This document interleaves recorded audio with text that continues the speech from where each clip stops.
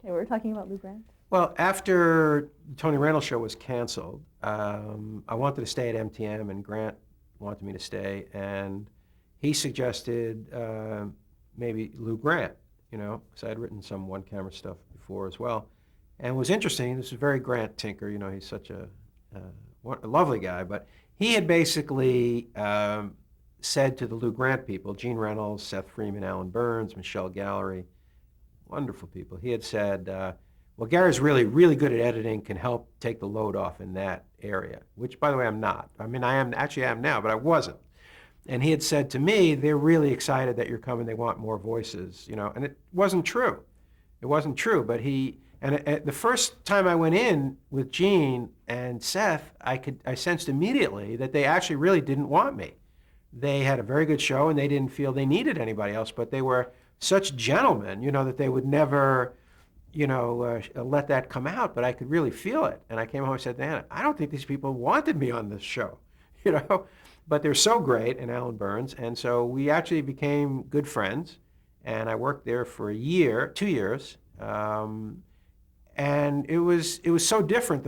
The energy is so different because there's no audience, and it's all shot out of sequence. It's all based. It's like doing a movie, and you didn't need to do the jokes. So I think when you don't have to do jokes, you can go really quickly. But it was great because it was like getting any subject you were interested in. You would just get all the research because there were such research-based scripts, and it was really fascinating to go into all those different areas that we learned about. We do nuclear war. I mean, really all big issues. Terrorism then, Nazi protests. So it was really like being a journalist, and we had people on staff, journalists as research consultants, so it was kind of an exciting world. But I really missed audience. I really missed the audience. What were some of your scripts that you wrote at that time? I wrote one show that was about elderly, about how we've kind of shunted them aside.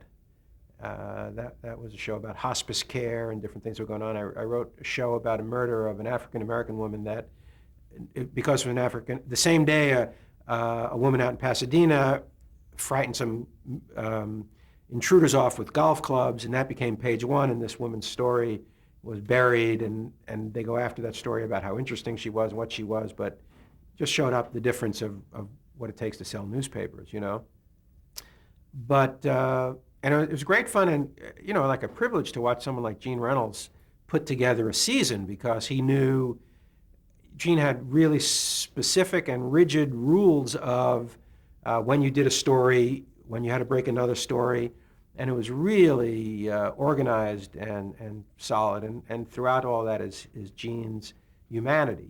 He's just an extraordinary guy, talent. And Seth Freeman, one of my best friends, Alan Burns, Michelle Gallery, that was a great group. But I really missed the audience. Really missed the audience. And what did they give you? Why did you feel that way?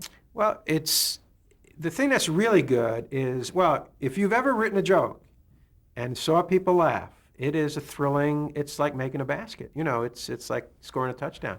And what I like about that is at the end of the night, you knew whether you won or lost. There's no fake. The audience laughed or they didn't laugh. You can't make any kind of discussion about it. You say that joke worked, that joke didn't work. And when you win, it's real. So you could go home with that high. There's a high available, and it's much more like theater. So there's a high available at the end of that night that you never actually get with the hour shows. You rarely see them completed. Maybe you see it right before it's going to the network, before it's going on the air. So you didn't get that big game. I like the big game. Friday night for us was always the big game. Everything we did moved to that, and at the end of it, it was win or lose. And so I was really missing that, and I was missing pure comedy. I just liked pure comedy, and so I wanted to do more of those. It was an interesting time in the business. The major studios had just realized now that they had missed the boat on these multiple camera comedies, that there was really a lot of money to be made there, money that they had left to the Grant Tinkers and the Norman Lears, visionary businessmen who were controlling that area, and they were now really making a hard push to get in. So how do you get me to leave MTM? It's going to be with money. It's not like I'm going to find anybody more handsome, more charming, or more fun to be with than Grant Tinker over at Paramount. or any of those studios. And so they were really overpaying people. And I was really ready to get overpaid there, and I was. And I went over to Paramount and started there. And it was like transferring from Amherst to Michigan State. Just a big place. And I always... What was the deal? I mean, did you have your own company? Yes. The other thing that also, so what else they were able to do is overpay you. Then you get your company logo. I had a fund to develop my own projects. So you really had a sense that I was becoming my own MTM in effect.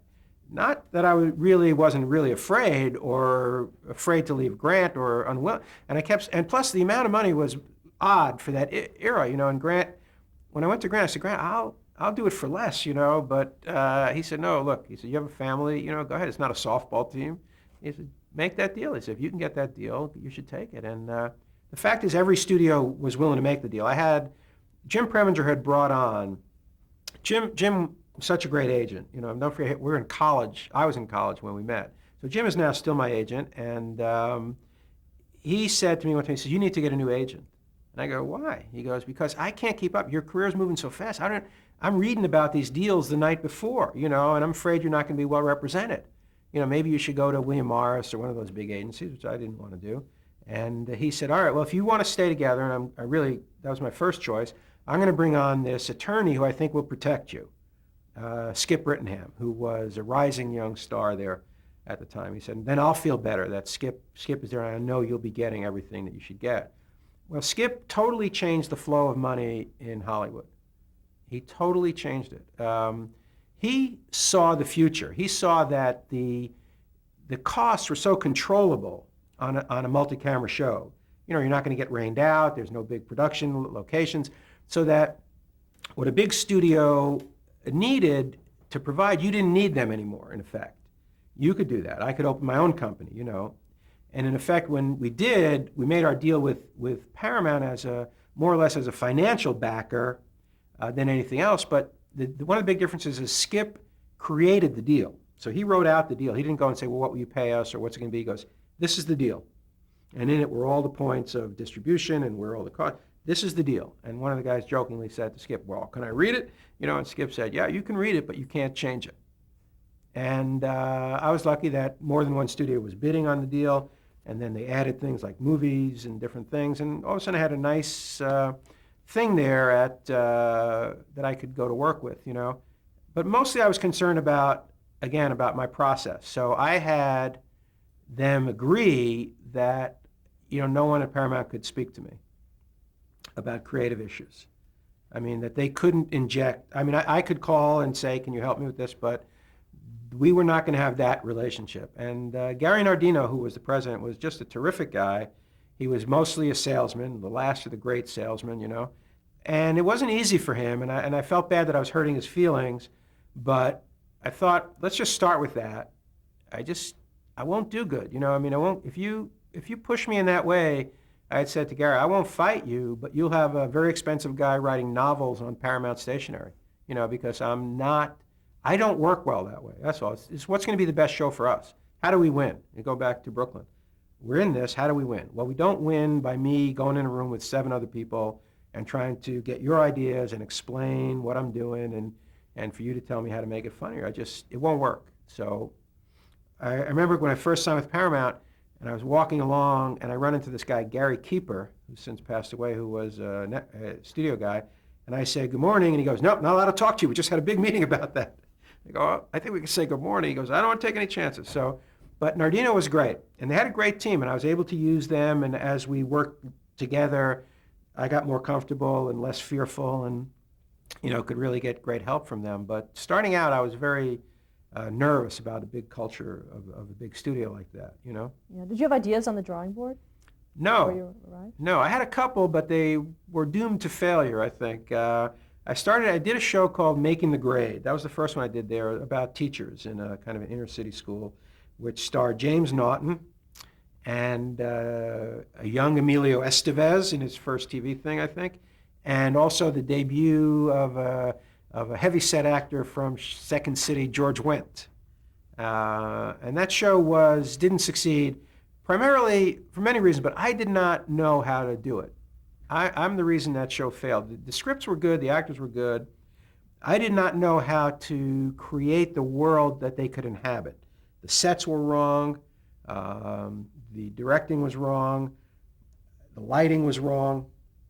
I didn't get them in a space where they could succeed. I just didn't understand yet how important those elements were.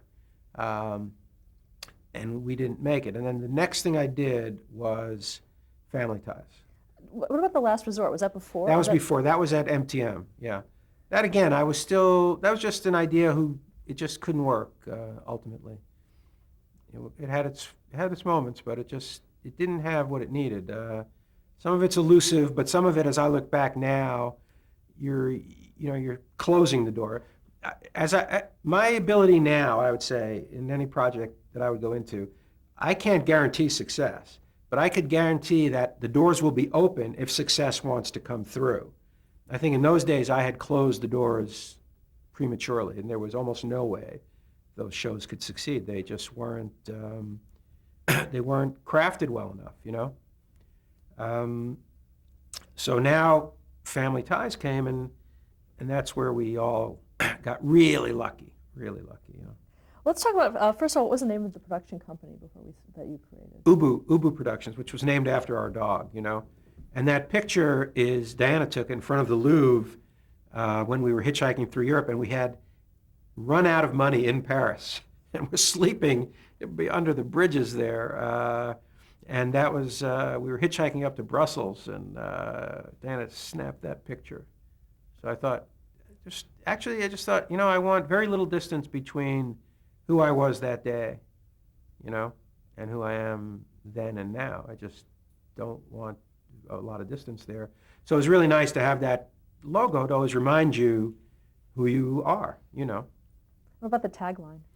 That was very funny. I had originally created, in my mind, a much more complicated thing with an animated dog sitting, and then it became too expensive. So I was standing there we were putting the logo up, and I go, I think we hired some actor or somebody. I didn't like the way they did it. So that was my voice at the end saying, "Sit, Ubu, sit, good dog." And then the sound engineer barked. So that's not even Ubu's bark. It's a man bark. And the guy just threw that in, And one other funny thing that was at that session was Jeff Barry, I think, who wrote the Family Ties song. I hope that's his name. Who wrote The Leader of the Pack, among others, And Tom Scott, I love, did the music. And at the end, they were 3 seconds short. And Jeff Barry, just right there, he goes, "Okay, do it again." And we did it, and at the end he goes, "Sha-la-la-la." And that was the last 3 seconds. And that was it. And if you say to people, Family Ties, they go, "Sha-la-la-la," it's very funny. And so the guys bark and the chef, Jeff Barry, sha-la-la there. But, and that was, I guess it was kind of symptomatic of the luck that kind of surrounded Family Ties, because there was just an enormous amount of luck that had to fly our way for us to make it. Well, talk about that. Where did the idea come from? Basically, those parents are me and Diana. There was two network people, Scott Siegler and Carla Singer. Insanely, both had been at Brandeis at one point. And they were over at CBS, and they, more or less, we were friends, whatever, and Scott said, we should do your story about, some hippie parents, and now you're here and, in the mainstream, more or less. It might be interesting, And another friend of ours, Jim Bellows, who was the editor of the Herald Examiner, and his lovely wife, Kevin, they are good friends of ours. They have a young boy, Michael, and one day we're sitting there, and Jim and I are in sweatpants and Michael comes in. He's in a suit, tie, all dressed up, bright as they come. And I go, "Where are you going?" He goes, "Going to a Young Republicans meeting." And here's Jim Bellows, this legend of journalism and counterculture, and I just thought, whoa, there's something going on. And that was kind of the beginning of the character of Alex, where you fought your whole life on one side, and then you have a son or a daughter so much smarter than you, and on the other side, and so that was the beginning of that. The interesting thing is that when we cast Michael Fox, I didn't want him. The first guy, so we had an extremely talented casting director, Judith Weiner, and we had worked together. She had put together the Making the Grade cast, and they were overlapping here in time. So Judith had found this young guy in New York, never acted before, Matthew Broderick. So Matthew was the first one to read for Family Ties, a part of Alex, and I said what any normal, I said, yes, get him a pen, let's make a deal. And then that deal fell through. I think Matthew got a sense of just what other opportunities were out for him in New York, didn't want to come to California. And Mike Fox was the next guy I saw. And I just thought, and Mike is such a gifted actor that he could make his choices, very specific. So he can play any role anyway, and he had made a very specific choice that day in the room at Paramount to play the darker side of Alex Keaton, and it didn't work. You have to believe me that it didn't work. And I said no, and Judith Weiner said, call him back, chase him, you've made a mistake, he's the guy. I go, Judith, I created the character, I think I have some idea of who he is, and it's not Michael Fox. She goes, it is. I go, Judith, please.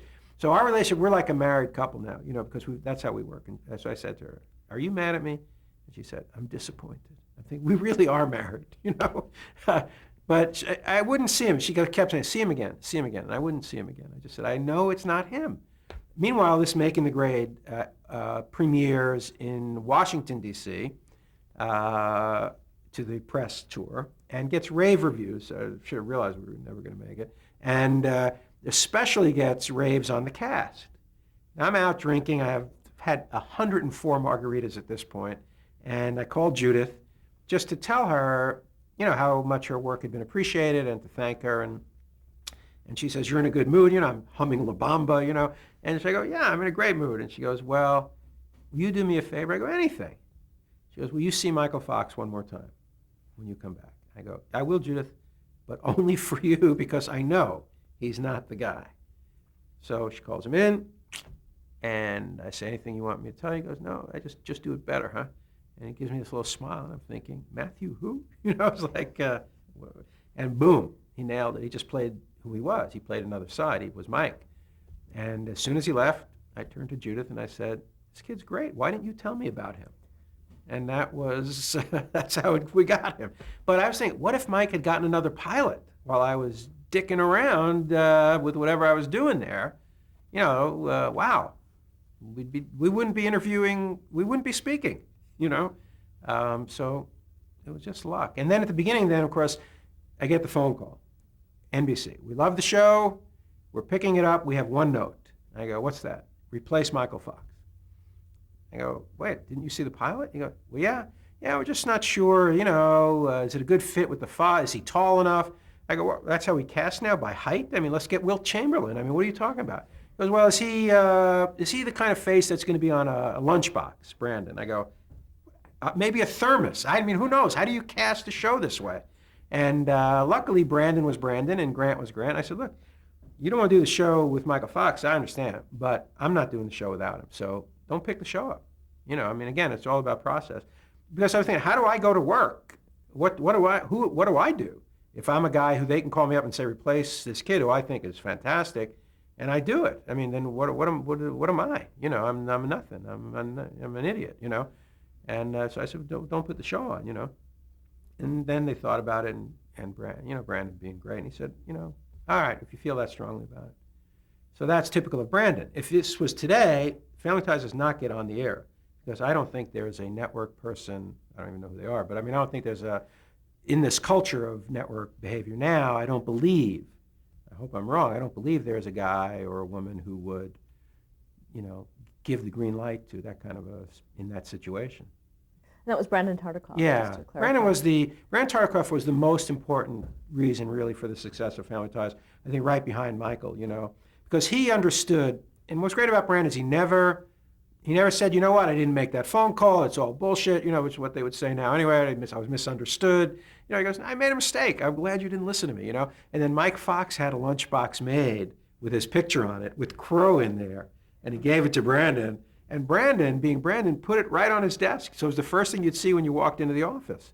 Brandon said, I make 100 decisions a day, that was a wrong one. But Brandon understood what it would take for this show to work. So right away, he just said to me, okay, forget anything. This show's about Michael Fox. They had to research the first couple episodes, whatever. This show's about the kids. It's about Michael Fox. You have lightning in a bottle. I remember his exact words. And that's it. I'm just do what you want. Basically, Brandon at this point said, do what you want, but you need to know what we found out. They had tested these episodes. And we could feel it ourselves. There's a funny thing that happened was when Mike Fox came on well, first of all, we were, in the beginning, we got, as our audience, the people who couldn't get into their first choice show, Joni Loves Chachi. So we got the overflow on the Paramount lot of the Joni and Chachi rejects, and they just sit there, make us laugh. I don't see Chachi out there, and it was really tough. But when Mike would come on, Alex, the audience would lean forward. They didn't even know they were doing it. And then he would go off and they would kind of all lean back. They didn't even realize it. Because I used to watch the audience. Just Mike, here's Mike, and we were saying, we're going to put a little super. He will return. Please pay attention to the rest of the episode, and you could just, so we were feeling it ourselves. And Brandon said there's 3 things that have to happen for a show to succeed. Family show. And again, see, here's about success. I would never have thought of it in these terms. But Brandon opened that door for us. He goes, 1, the audience watches because they see themselves in that family. Secondly, they watch because on some level they want to be a part of that family. And third, and this is when you can really get them, they start watching because they think they're going to learn how to be a better family. And I was always happiest about 2 things about Family Ties. One, that we led the league in multi-generational viewing, so that people were watching with their parents and their grandparents. I had a good feeling for me from my background, obviously. And second, people would write in and say, the show starts for us, the show continues after the show goes off. They will sit around and talk about what we just saw, and so that was very satisfying. Now, you can't pander to that idea because the audience will know, but if you have it in the back of your head, like I would always start, if you come in to pitch me a Family Ties idea, I would ask you about the last scene. What's the last scene? Then I knew we had why we did it. What was the reason for doing it? If there was no last scene, then it was a hard show for us. The shows that we did that didn't have that last scene, as funny as they were not what our show was. What I wanted was, there were 2 things. One is we came on in the wave. There were still these very successful, broader comedies. I mean, really well done broad comedies. Laverne and Shirley, Happy Days, Gary's, just so brilliant at that, Gary Marshall. But there was always a lot of color and hats, and Gary, who'd work with Tony Randall too. Tony would say, whenever there was a problem, Gary would bring a jockey in. So it was always, but it was broad and really brilliantly funny. But we were so different, so I wanted a show that didn't have. There was a day when networks used to have someone who stood in the back and counted the number of laughs. There was actually a person who was a laugh counter, and they used to do 2 shows. Then you could make a change in between. They go, well, 91 laughs. I don't remember what the number was. And then you had to have, not enough, you had to have 97 to make it an officially funny show, or whatever it was. They just needed 6 laughs. And I didn't want the 6 laughs. I wanted 1 laugh that couldn't be on any other show. And I wanted a quieter show along the way. When I look at old Family Ties now, I'm amazed at how long we go without even a joke attempt. But the audience was willing. The other was when we got the laughs, what I would call the laugh of recognition. It's a deep laugh. And when you can get that laugh, you own the audience in the right way. They know you know them. They know you know their story. They can laugh at their own foibles. They just see themselves projected there.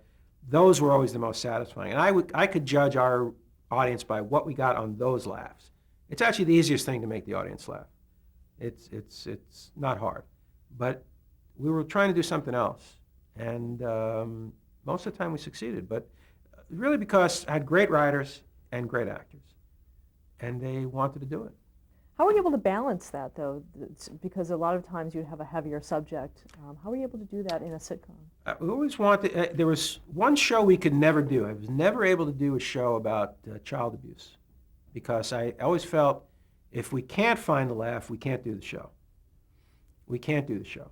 We had one show, for instance, a kind of a laugh that I thought worked well in a very tricky subject was Mallory felt that a friend of the family, Uncle Arthur, they called him Uncle Arthur, had made a pass at her. And nothing, just thinking about Mike Fox makes me laugh. And the name of the episode was called Give Your Uncle Arthur a Kiss. And in it, this was a joke that I thought was really good. It wasn't my joke, so I'm trying to remember whose it was. A way to balance that world and stay in our world, where Mallory, one of the things that we had done, we always did a lot of research. We knew that girls especially were afraid to tell anyone, and they kept that secret, you know. And so finally she tells Alex, of all people, you know. And Alex goes, Uncle Arthur, I used to bathe you when you were a kid. You know, and Mallory goes, yeah, I think he wants his old job back. You know, so I thought that was a good, legitimate laugh in a tough subject. And then we had whatever response was, but I felt those were if you can get close to that, tears and laughter, they're coming from very much the same place. You know, if you can get both, it's very satisfying. But you have to pick your spots. You can't make, I would always eschew the joke rather than make the wrong joke when we were in those shows. Going back to the creation of the show, you said it was about you and your wife. Right. Talk about that original concept and how it mutated over time. I would say, actually, to everybody, too, it's a great weapon to have over your wife and other members of your family, to have a television show where she's portrayed. My daughter would always say, you rewrite your part. You get to write your part over, and you always make the father look so good, you know. You were not that good, you know. And Dan, if we were in a fight, she would go, I don't want to see this next week on Family Ties. You know, because the best thing we always try to use our own life in the show. Those are always our best episodes. We would start Monday morning and talk about what happened over the weekend in our writers group, and try to come out with what's the idea, you know, that really belonged to the real world. So obviously the thrust of the show changed. It was also, it was mostly Mike Fox's compelling portrayal of this, at that moment, unique character, you know. So there was just no way to ignore it. It didn't matter. You could give him a scene with no jokes.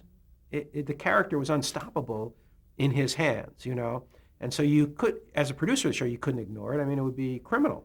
And plus for us, that character was becoming the guy we all wanted to write for, because he was in a comic, in the world of comedy, he was a classically comically blind character, which is, he didn't understand why everybody wasn't thinking the way he did. What is the problem here, you know? So it was great. But it caused a problem with the other actors, you know, especially with Michael Gross and Meredith, because this was not what they had agreed to, really. It wasn't, you know, Mike is third billed on the show. You know, it was presented to them as that show, and it was a show that I sat down to write. My famous line to Judith Weiner when we couldn't find Alex was, look, this show isn't about the kids, you know, but every game plan at the half, you know, you need to adjust. So luckily I had been taught by Grant, you know, and Grant had this odd belief that in any situation you told the truth, you know, which was counter to most Hollywood behavior. But it's just, you tell the truth. You just have to tell the truth. Everyone knows what the truth is. So we had a meeting, cordial. You know, Michael Gross and Meredith are extraordinary talents and extraordinary people. I said, you know what? This is not the show any of us signed on to do. It's not. And it's going to change. And I think there's going to be enough here for you to be very happy. And I promise you that I will personally go through every script to make sure that what they were most afraid of is that they would become generic parents, the parents. And I think that happened sometimes, more than once, more than twice. It was just hard not to, because aside from everything else, when Alex had a problem, it was very legitimate for the parents to be involved. When the parents had a problem, it seemed odd for the kids to be involved. So structurally, it also played into that. But primarily, it was Michael Fox, you know. Stop there to change the tape.